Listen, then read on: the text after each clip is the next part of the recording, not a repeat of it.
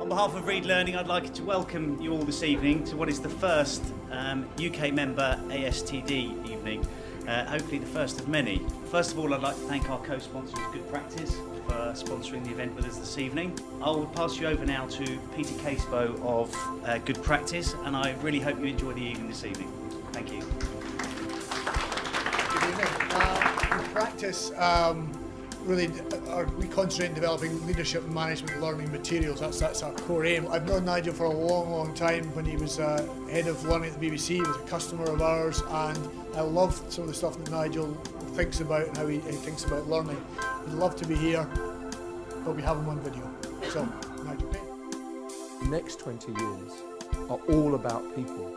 We will get similar productivity gains through using our people more efficiently and effectively, engaging their brains in the job, making them happier, more motivated at work. In order to make that really rich and make that work, I think we have to say that having a work team, collaborating with your work team, being an effective team player is just one thing only.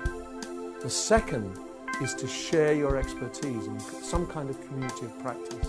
In other words, share your expertise across the organisation. What value does social learning have to your business? Do you think it's great value or very little value? Next one, to what extent will your business be using social learning in 2012? Fine. Okay, so those questions that I posed there are typical of the sort of questions that be asking of clients to consider their views, their approach to social learning. Give us proof that it has made a difference and impact on the business. The article that I teased on Randy McDonald went to some length to talk about the business benefits that IBM has derived and what evidence does exist for organisations that have made this move and their performance over time versus those that haven't. There is a clear and sustainable difference between those that embrace and those that do not in their bottom line performance over time.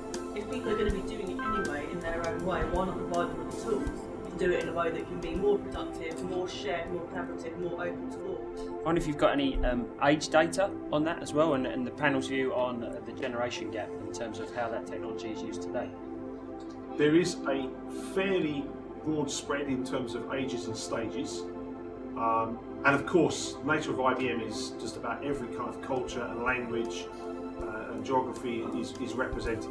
In L&D we can still structure events even if it's virtual. And what about the 70% of informal? What's our role in that? Do we just lose control over it and just let it happen? I think what we have to do from an L&D perspective is provide the support, provide the tools, provide the mechanism.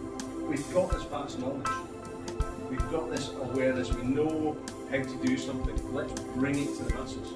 I'd like to understand, how much formalized incentive system comes into play in encouraging people to contribute to social learning. There are some simple things that have been done within IBM. Have some kind of social ranking, some kind of recognition and an informal reward for contribution, relevancy, accuracy and timeliness of the kind of content they produce. Making it really easy for people to add video, to just add short notes, whatever it happened to be, to share around that whole conversation piece. What I took away was the fact that, at the moment, I suppose my training tends to be one-dimensional. It's about face-to-face. It made me think about things in a totally different way.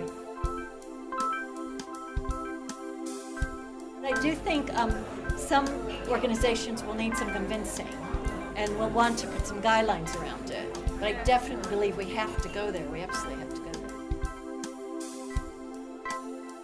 Having come from a telecoms background, I think absolutely it's the future of learning. I'm confident that the learning environment will be different in 10 years' time. We'll be heavily reliant on it, and it will be a great tool to engage with learners.